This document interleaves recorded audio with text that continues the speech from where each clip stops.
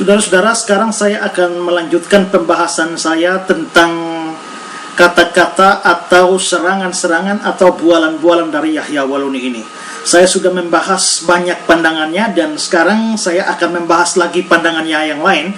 Dan pandangan yang akan saya bahas kali ini adalah kata-kata Yahya Waluni yang mengatakan bahwa orang Indonesia itu bukan orang Israel dan Yesus itu datang secara khusus hanya untuk orang Israel, dan karena itu orang Indonesia yang tidak termasuk orang Israel ini tidak bisa diselamatkan oleh Yesus, sekalipun Yesus mengatakan Yohanes 14 ayat 6, "Akulah jalan dan kebenaran dan hidup, tidak seorang pun sampai kepada Bapa kalau tidak melalui aku."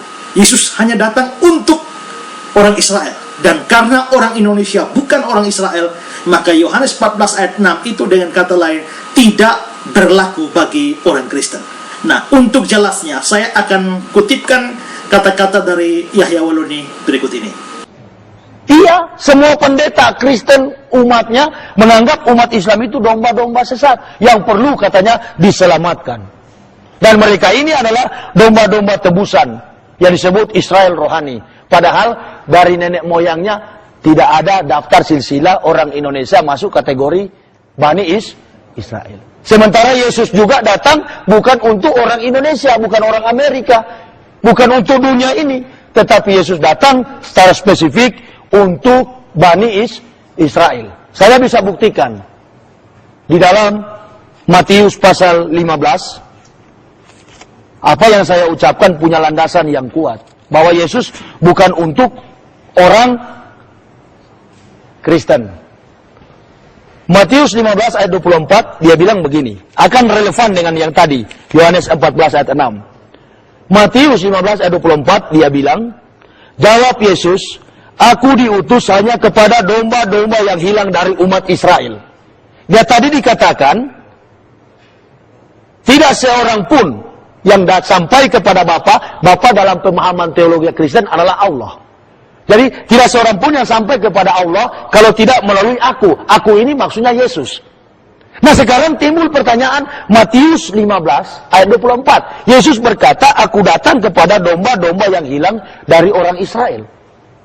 Nah, bagaimana dengan nasib orang Kristen yang menganggap bahwa Yesus jalan kebenaran dan hidup, sementara Yesus mengkomplain, jangan-jangan Yohanes 14 ayat 6 ini hanyalah suara seorang pembohong dan penipu. Nah, saudara-saudara, dari apa yang sudah dia katakan itu jelas bahwa dia mengatakan orang Indonesia bukan orang Israel. Yesus datang hanya untuk orang Israel, dan dengan demikian sebenarnya baik orang Indonesia maupun juga orang-orang bangsa yang lain itu tidak bisa mendapatkan keselamatan dari Yesus terkait dengan kata-kata Yesus Yohanes 14 ayat 6. Nah, saudara-saudara, bagaimana tanggapan saya terhadap kata-kata dari Yahya Waluni ini? Saudara-saudara, menurut saya ya, apa yang dia nyatakan ini adalah satu kebodohan dari orang yang tidak mengerti bagaimana menafsirkan Alkitab dengan benar. Dari orang yang tidak memahami atau mungkin tidak pernah belajar apa yang disebut sebagai hermeneutik Alkitab atau ilmu penafsiran Alkitab. Kata-kata Yahya Waluni ini dengan sangat frontal itu melawan prinsip-prinsip dasar di dalam penafsiran Alkitab. Nah, saya akan angkat dua prinsip umum di dalam penafsiran Alkitab yang ditabrak atau yang dilanggar oleh Yahya Waluni ini. Saudara, yang pertama adalah bahwa prinsip hermeneutik pertama adalah jangan menafsirkan ayat yang satu menabrak ayat yang lain, atau ayat yang satu tidak boleh ditafsirkan sampai bertentangan dengan ayat-ayat yang lain. Mengapa? Karena orang Kristen itu percaya bahwa seluruh Alkitab itu adalah bagian yang tidak terpisahkan satu sama lain. Karena itu untuk mendapatkan ajaran yang Alkitabiah atau mendapatkan konsep Alkitabiah tentang sesuatu hal, maka orang harus memperhatikan seluruh ayat mulai dari Kejadian sampai Wahyu yang membahas tentang topik tersebut. Misalnya, kalau kita mau membicarakan tentang iblis, maka kita harus menyoroti ayat-ayat yang bicara tentang iblis mulai dari Kejadian sampai Wahyu. Kalau kita misalnya mau bicara tentang penebusan, maka kita harus memperhatikan ayat-ayat dari Kejadian sampai Wahyu yang terkait dengan penebusan. Dan itu semua lalu ditafsirkan bersama-sama. Kita tidak boleh mengambil satu ayat misalnya dari Injil Matius lalu ditafsirkan sedemikian rupa melawan ayat dari Ibrani. Atau mengambil satu ayat dari Ibrani, kita tafsirkan sedemikian rupa, tapi melawan ayat yang ada di dalam surat Roma. Jadi prinsipnya adalah bahwa jangan menafsirkan satu ayat menabrak ayat yang lain. John Calvin mengatakan satu kalimat, Scripture interpret Scripture. Artinya kitab suci menafsirkan kitab suci. Jadi kita harus membandingkan semua bagian-bagian kitab suci yang berhubungan dengan ayat yang sedang kita tafsirkan. Lalu kita mendapatkan arti yang benar dari ayat itu. Ini adalah prinsip umum, prinsip dasar di dalam hermeneutik atau penafsiran Alkitab. Tetapi saudara, ini tidak dilakukan oleh Yahya Waloni, atau dia menabrak prinsip ini. Dia membuka matanya lebar-lebar terhadap Matius pasal 15 ayat 25, di mana Yesus mengatakan bahwa dia datang hanya untuk orang Israel. Tapi dia menutup ayat-ayat yang lain dari seluruh kitab suci yang menyatakan sebalik dari apa yang dia simpulkan.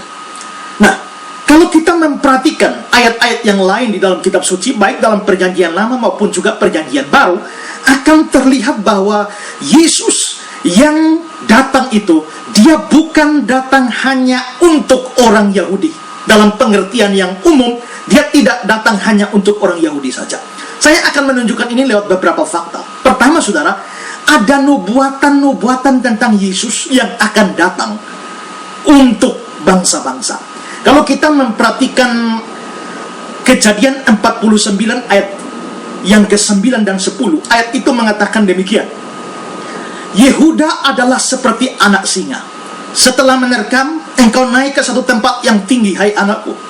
Ia meniarap dan berbaring seperti singa jantan atau seperti singa betina. Siapakah yang berani membangunkannya? Ayat 10. Tongkat kerajaan tidak akan beranjak dari Yehuda, ataupun lambang pemerintahan dari antara kakinya, sampai dia yang datang berhak atasnya, maka kepadanya akan takluk bangsa-bangsa. Saudara-saudara, konteks ayat ini sebenarnya berbicara tentang berkat yang diucapkan oleh Yakub di akhir hidupnya untuk anak-anaknya. Jadi semua anak-anaknya diberikan semacam berkat-berkat khusus dari Yakub. Dan saudara-saudara, ayat yang baru saja saya baca ini adalah ayat yang secara khusus berbicara tentang salah satu anak dari Yakub, yakni Yehuda. Dan dari ayat-ayat yang sudah saya baca tadi, terlihat bahwa kepada Yehuda itu dijanjikan bahwa dari dirinya itu akan lahir raja-raja Israel. Ini nampak dalam ayat yang ke-10. Tongkat kerajaan tidak akan beranjak dari Yehuda. Jadi Yehuda itu, dari keturunan Yehuda itu akan menurun raja-raja Israel. Karena itu Raja Daud itu adalah turunan dari Yehuda. Demikian juga anak yang Daud, otomatis Salomo adalah keturunan Yehuda. Tetapi saudara, dalam ayat yang sudah saya baca itu juga ada satu janji tentang datang seorang yang berhak atas tahta Yehuda. Ini nampak di dalam kata-kata ayat 10 tadi. Tongkat kerajaan tidak akan beranjak dari Yehuda, ataupun lambang pemerintahan dari antara kakinya, sampai dia yang datang berhak atasnya. Jadi dari turunan Yehuda ini akan muncul raja-raja, tapi nanti akan muncul satu orang yang berhak atas tahta itu. Nah, siapa yang dijanjikan di sini? Siapa yang dinubuatkan dari sini? Kalau kita memeriksa dengan teliti, menafsirkan dengan baik ayat-ayat ini, maka jelas ini adalah nubuatan tentang datangnya Yesus. Di sini janji atau berkat untuk Yehuda, dan menjanjikan satu tokoh yang akan datang. Siapa tokoh itu? Itu adalah Yesus. Ini bisa dibuktikan dengan fakta bahwa memang Yesus adalah seorang yang lahir dari keturunan Yehuda. Dia sebagai manusia. Di dalam Ibrani pasal yang ke-7 ayat yang ke-14 dikatakan demikian. Sebab telah diketahui semua orang bahwa Tuhan kita berasal dari suku Yehuda. Tuhan kita berasal dari suku Yehuda. Kalau kita membandingkan teks yang sudah kita baca di dalam Kejadian 49 dengan Wahyu pasal yang ke-5 ayat 5, maka akan ada kesamaan yang menyolok di sana.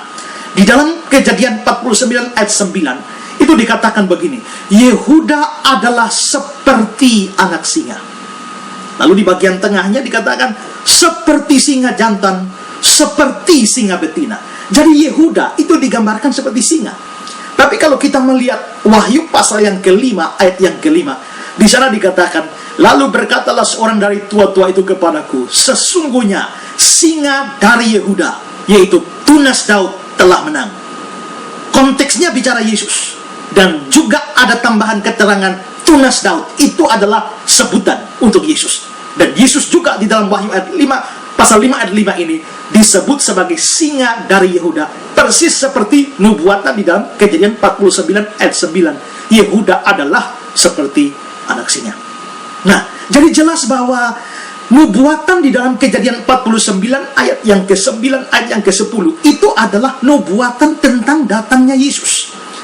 Nah, kalau memang itu adalah nubuatan tentang datangnya Yesus, sekarang perhatikan nubuatan itu ayat 10. Saya baca ayat ini sekali lagi.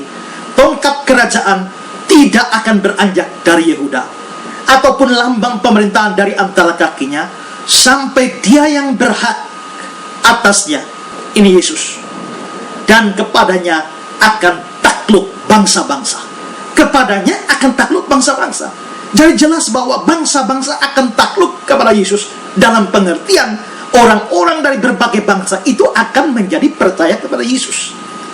Jadi dari sini nubuatan yang sangat tua, mulai dari kitab Kejadian, ketika membicarakan Yesus, sudah membicarakan bahwa Yesus datang untuk bangsa-bangsa, di mana bangsa-bangsa akan takluk, dalam arti menjadi percaya kepada Dia.